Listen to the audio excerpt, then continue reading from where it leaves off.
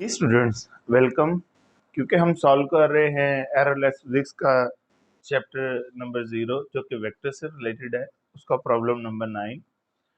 How many minimum number of coplanar vectors how many minimum number of coplanar vectors having different magnitude can be added to give zero resultant.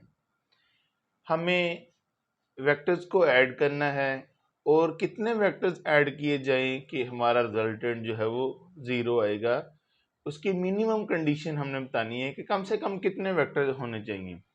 तो बच्चों ये ना बहुत ही simple सा एक MCQ है, जिसमें एक एमसीक्यू नहीं बल्कि दो एमसीक्यू जो है वो ये ट्रीट करता है। तो एक तो हमने बताना है कि how minimum number of coplanar vectors. तो बेटा यहाँ पे टर्म हमारी जो है वो कोप्लेनर की है कि एक ही प्लेन में हमें कम से कम कितने वेक्टर्स हैं जिनको ऐड करने से जो है वो रिजल्टेंट जीरो आ जाएगा। तो सबसे पहले बात कर लेते हैं कि सेम प्लेन कोप्लेन क्या होता है। तो बेटे अगर हमारा वेक्टर जो है वो हम ड्रा कर रहे हैं एक्स वाई प्लेन के अंदर, अगर हमारा पहला वेक्टर एक्स वाई प्लेन में है तो दूसरा वेक्टर जो है वो भी हमारा क्या होगा, एक्स वाई प्लेन में ही होना चाहिए। और अगर हमारे पास तीसरा वेक्टर है तो वो भी हमारा क्या होना चाहिए, एक्स वाई प्लेन के अंदर ही होना चाहिए। तो अगर प्लेन डिफाइन कर रहा है, पहला वेक्टर जो है वो एक्स वाई से रिलेटेड, दूसरा जो है वेक्टर प्लेन को डिजाइन कर रहा है वाई जी के रिलेटेड, और तीसरा वेक्टर जो है वो जी एक्स के रिलेट कर रहा है, तो हम तीनों वेक्टर्स को ऐड करेंगे तो वहां पे मिनिमम कंडीशन जो है वो डिफरेंट हो जाएगी। तो यहाँ पे हमारे पास जो है how minimum number of coplanar vectors की बात हो रही है। कोप्लेनर मतलब सेम प्लेन के ऊपर आप कितने वेक्टर्स को कम से कम ऐड कर सकते हैं तो रिजल्टेंट हमारा जीरो आएगा। तो बच्चों अगर हमारे पास यहाँ पे क्वेश्चन में इक्वल मैग्नीट्यूड का क्वेश्चन होता तो फिर आपको ऑप्शन आता ए। अगर हमारे पास डिफरेंट मैग्नीट्यूड का क्वेश्चन है तो फिर ऑप्शन आना है हमारा बी।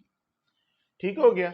इक्वल मैग्नीट्यूड को अगर सिंपली मैं बता दूं तो ये पॉइंट ए और ये पॉइंट बी है, तो यहाँ पे एक वेक्टर जो है वो यहाँ ए से बी तक जा रहा है और दूसरा वेक्टर जो है वो बी से ए की तरफ आ रहा है। तो ये दो वेक्टर्स ही रिजल्टेंट क्या कर देंगे, जीरो कर देंगे। लेकिन हमारे पास अगर डिफरेंट मैग्नीट्यूड की बात हो रही है तो बेटा जाहिर बात है दूसरे वेक्टर की मैग्नीट्यूड जो है हो सकता है कम है, हो सकता है ज्यादा है। अगर कम है तो फिर भी नया वेक्टर ऐड करना पड़ेगा, अगर ज्यादा है तो फिर भी नया वेक्टर जो है वो ऐड करना पड़ेगा।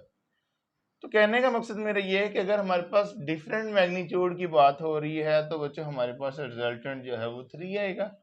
अगर सेम मैग्नीट्यूड के दो वेक्टर या वेक्टर्स ऐड करने हैं और कितने ऐड करने हैं तो फिर आपका आंसर जो है वो 2 आना था।